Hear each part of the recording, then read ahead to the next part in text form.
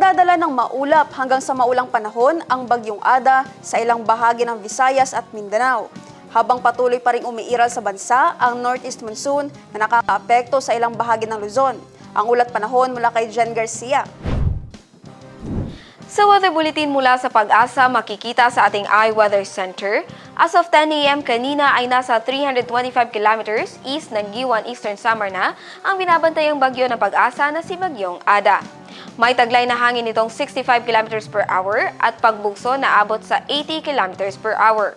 Kumikilos itong bagyo pahilaga sa bilis na 15 kilometers per hour. Bunsod nito ay inaasahan ng maulap hanggang sa malalakas na pagulan sa timog na bahagi ng Bicol, Eastern Visayas, hilagang bahagi ng Negros at Cebu Islands at eastern portion ng Panay Island.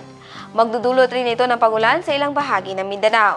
Habang patuloy pa rin nagdadala ng mahihinang pagulan sa Luzon ang umiiral na Northeast Monsoon. At para naman sa magiging lagay ng ating panahon bukas, sa Cotabato City maglalaro agwat ang temperatura sa 23 to 32 degrees Celsius at nasa 20% ang chance of rain. Sa Maguindanao, papalo ang agwat ang temperatura sa 24 to 31 degrees Celsius at nasa 60% ang chance ng pagulan. Sa Cotabato Province maglalaro sa 21 to 30 degrees Celsius ang agwat ang temperatura at 30% ang chance ng ulan.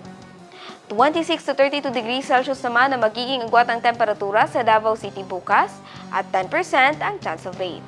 Sa Cagayan de Oro City, papalo sa 24 to 30 degrees Celsius ang agwat ang temperatura at 30% ang chance ng pagulan.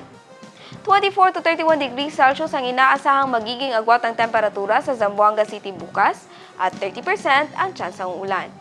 Ang Lanao del Norte ay papalo bukas sa 22 to 29 degrees Celsius ang agwat ang temperatura at nasa 60% ang chance ng pagulan. Habang sa Lanao del Sur naman ay makakaranas ng 19 to 28 degrees Celsius ang agwat ang temperatura at nasa 30% ang chance of rain. Ang araw ay sumikat kaninang 6:25 ng umaga at lumubog ng 5:47 ng gabi. At yan ang latest mula sa ating iWeather Center. Jen Garcia, iMinds, Philippines.